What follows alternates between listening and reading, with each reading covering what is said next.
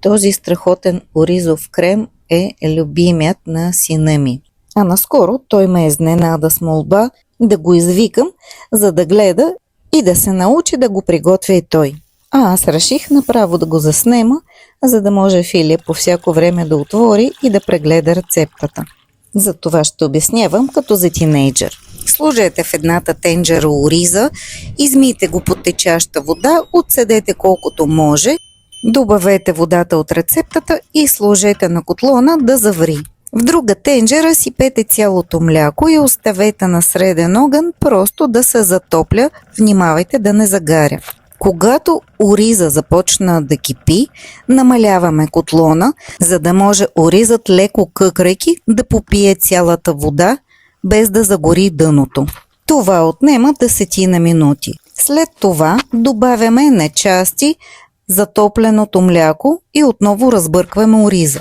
Продължаваме да държим на среден огън и от този момент засичаме 20-25 минути, толкова ще ни е нужно за цялостно приготвяне. Тъй като млякото е предварително затоплено, няма да му отнеме много време да се загрее заедно с ориза.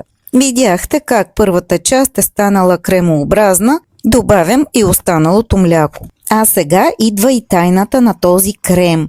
Добавяме смес от кокосова захар, захар мусковадо и канела. Може да използвате и само едната захар. Просто имах по-малко и от двете, затова ги смесих. Става и само бяла захар, но и мусковадото и кокосовата захар имат приятен карамелен вкус, който е тайната на този крем. За пореден път научих урока, че когато млякото е на котлоне, не трябва да правиш нищо странично. Да, дървена лъжица често помага млякото да не извари, обаче не когато то е до ръба на тенджерата. Аз вдигам тенджерата, бутам фона, притеснявам се да не бутна телефона и всичко отиде на котлона. Почистих всичко и върнах тенджерата да се досготви кремът. Помните, в момента в който сипахме първата част от млякото, засичаме 20-25 минути. Важното да не увеличаваме котлона, за да не ви завари много рязко млякото, както стана при мен, а просто да къкри бавно, за да може всичко да се сгъсти. И още една тайна на този крем: когато времето изтече, изключете котлона и добавете в тенджерата една хубава бучка краве масло. Оставете всичко за 10, 15, 20 минути. Отново разбъркайте, за да получите този прекрасен кадифен крем.